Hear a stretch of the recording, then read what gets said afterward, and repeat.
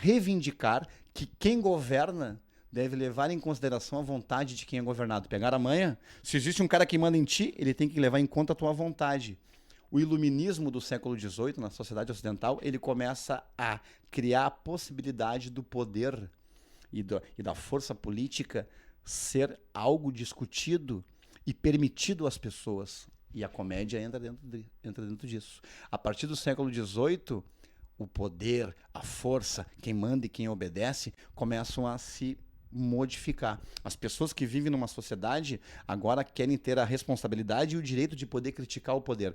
E não tem coisa mais importante do que criticar o poder, criticar isso através da comédia.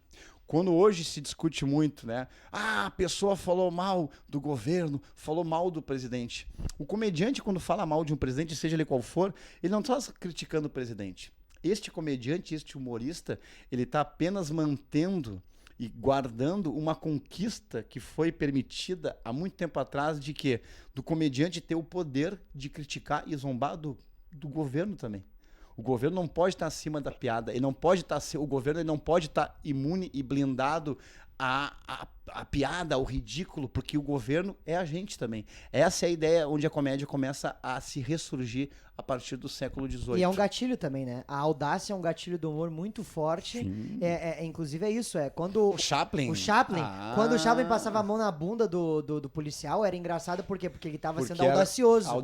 Porque ele estava mexendo com algo que as pessoas naturalmente não mexem, ridicularizando isso. Exatamente. Né? Ele estar embaixo e o policial estar em cima. Perfeito. A autoridade, tu pode criticar a autoridade, tu pode, né, tornar a autoridade jocó, tu pode ridicularizar a autoridade. A comédia é um instrumento também das pessoas manifestarem liberdade.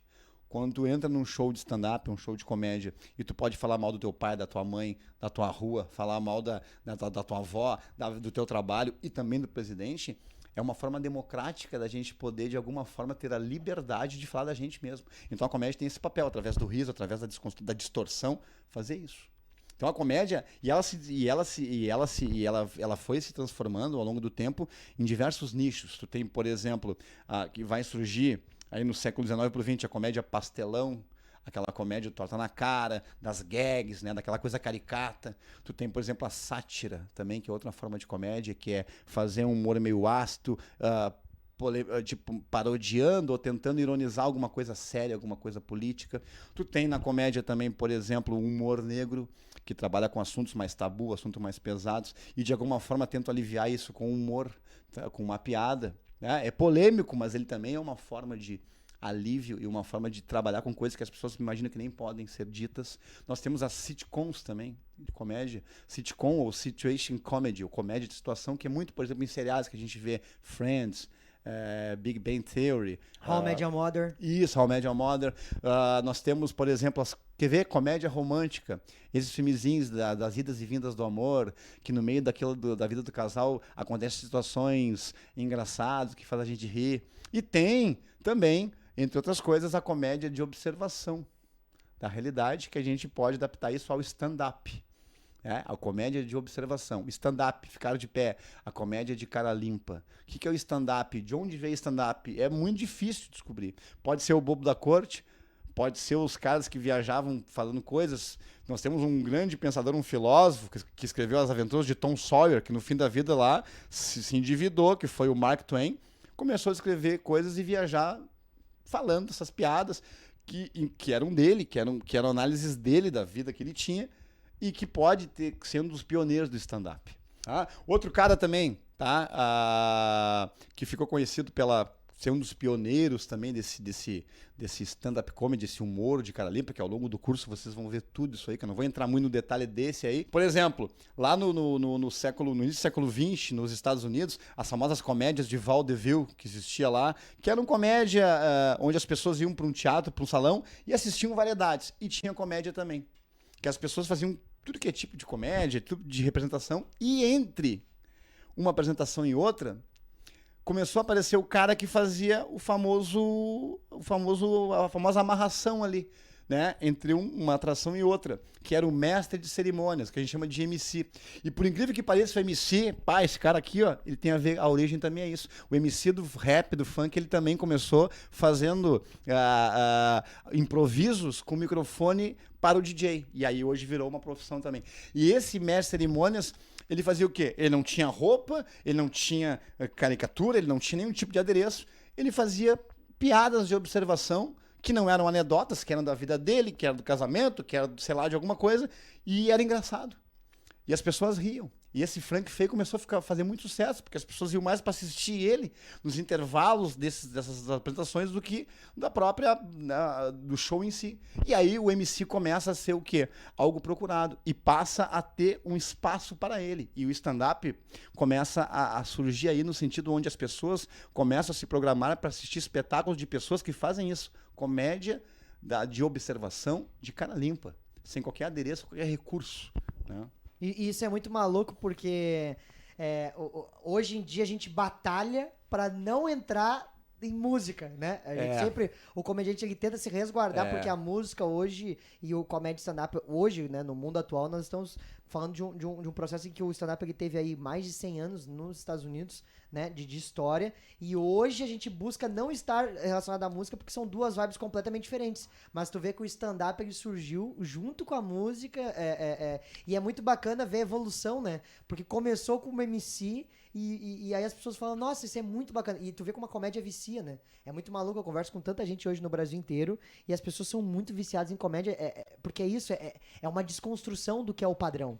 Eu acho que é isso que ganha as pessoas. Exato, né? Exato. Eu tô chegando nesse ponto das pessoas gostar hoje em dia, né? Porque parece muito próximo a elas, né? Tipo, é muito rir daquilo que tá ali, né? É muito palpável, né? O stand-up é palpável. O stand-up é isso aqui, ó. É falar tua vergonha, do teu orgulho, daquilo que tu tem vergonha de falar, tu é tímido, daquilo que aconteceu com o teu patrão, aconteceu com o teu filho.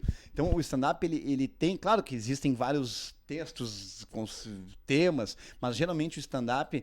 é a gente, né? É trabalhar com a gente, é de alguma forma humanizar a gente, né? Na nossa imperfeição. E esse stand-up vai se construindo, né, ao longo do século XX, até que vão surgir pessoas aí que já têm, né, que se apresentam em bares para comédia, que é o caso do Lenny Bruce, considerado o primeiro stand-up da história moderna do stand-up, né, nos Estados Unidos. E aí depois vão surgir lá George Carlin, Richard Pryor, tá? Que são pessoas que a gente tem que fazer uma reverência muito grande, né? O Bill Cosby, que são intelectuais dessa área do humor aí, que depois, nos anos 80 e 90, começaram a ter uma certa baixa, até pela qualidade dos humoristas, que dizem assim, e teve depois uma retomada com Seinfeld, né? Com o Louis C.K., até um pouco depois o Ray Romano, com essa galera que veio... ali no começo dos anos 90, retomar até uma coisa importante. O Bill Hicks também, né? O Bill Hicks, que maluco. Isso aí vocês vão ver em outros cursos também, essa coisa das diferenças, referências. E a importância é saber quem que é de quem, né? Claro, quem é a referência, né? As técnicas do humor, qual é o tipo de digamos assim, de inclinação que tu tem, né? Pra fazer a tua piada. Isso. E tem pessoas que... E é muito importante saber que tudo que tu pensa de piada alguém já fez.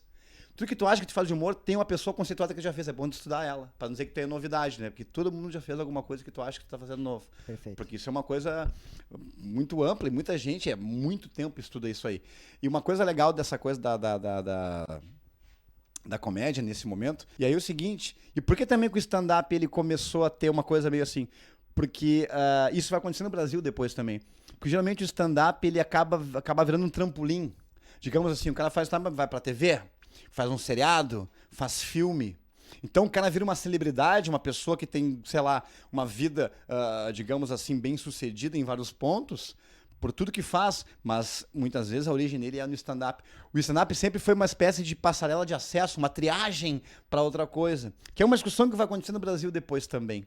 Mas aí depois o stand-up nos Estados Unidos, ali no final do século XX, ele começa a reforçar como stand-up mesmo, clubes de comédia, bares de comédia, que as pessoas vivem disso.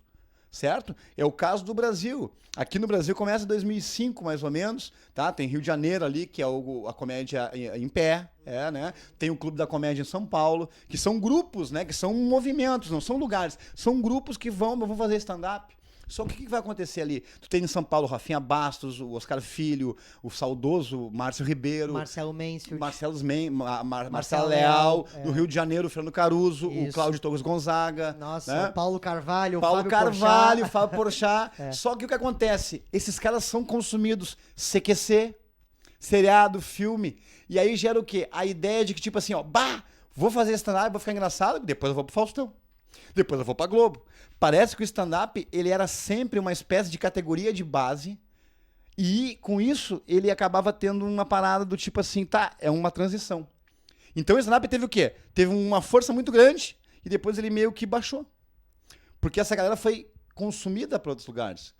Atenção pro Diogo Portugal, que levou o stand-up pra cena. Isso. Indo no Faustão. E aí a galera começou a consumir. Mas esses caras que brilharam muito começaram a se enfiar em programa e tal. Pô, e isso é uma coisa que a cena... E é engraçado que a maioria deles nem tá mais fazendo stand-up hoje. A maioria foi pra programa e foi realmente consumido. Exatamente. Isso é muito interessante. E aí, depois aí, nós temos uma nova leva. E temos pessoas aí que nem Thiago Ventura, que dá expressão, porque o stand-up, e isso a gente vai ver nos outros cursos também, com o Thiago Ventura, por exemplo, isso é um ponto. O stand-up passa a deixar de ser o texto só do classe média hipocondríaco que tem diabetes. Né? O cara da vila, que eu sou um cara também que fala assim, da periferia, outras pessoas podem ser representadas também. E uma coisa muito importante que essa galera nova com o Thiago Ventura trouxe é o quê? O stand-up pelo stand-up. É uma leitura diferente, né? O stand-up respeitado como stand-up, não como trampolim. Eu faço stand-up, porque eu sei que caras que nem o Thiago Ventura recusou programa de TV, recusou outras coisas, não por grana, recusou porque eu não quero, eu quero ser reconhecido pelo stand-up. Eu não quero dizer, esse cara faz stand-up também. Tá? Eu quero que o stand-up tenha reconhecimento. E talvez é por isso que vocês estão comprando aí o curso, né? Que a gente tenha muito acesso, e hoje em dia se divulga, por quê? Porque pessoas desses movimentos também, tipo, o stand-up, ele é uma área. Ele não é uma subcategoria. Ele é uma categoria do humor respeitada, valorizada, que deve ter o seu espaço. Entende? O cara limpa. Claro que o Nidos hoje mudou muito. Hoje o stand-up ele tem alguns recursos que não se tinha, porque quando começou o stand-up, né? É aquela coisa rígida, né? Não pode ter música, não pode ter nada, não pode ter tudo time, né? Isso vocês vão ver também no curso. E eu também acho isso importante falar, isso é perfeito, porque o stand-up ele teve uma mudança de leitura com o tempo, justamente porque no início, como se não tinha muita noção de como é que funcionava o stand-up, as pessoas precisavam de alguma maneira entender de fato como é que é. Tá, então é que nem eu sempre faço esse paralelo com a Bíblia. A Bíblia foi falada de um jeito rude porque era falado para aquele povo daquela época. Exatamente. Se não fosse tipo assim, olho por olho, dente por dente, não significa que tem que dar um tapa se o cara te dá um tapa. Significa que era uma fala para aquelas pessoas daquela época que eles iam entender o que precisava ser feito. Exatamente. Não que hoje em dia não possa ter cenário, tanto é que essa nova geração, que nem tu bem disse, veio com uma leitura nova porque a gente já sabe que não pode copiar a piada do outro comediante, não pode usar nenhuma parada, mas a gente pode melhorar, a gente pode adaptar isso aqui que a gente criou e trazer uma coisa diferente. Claro, né? Que é um recurso e que o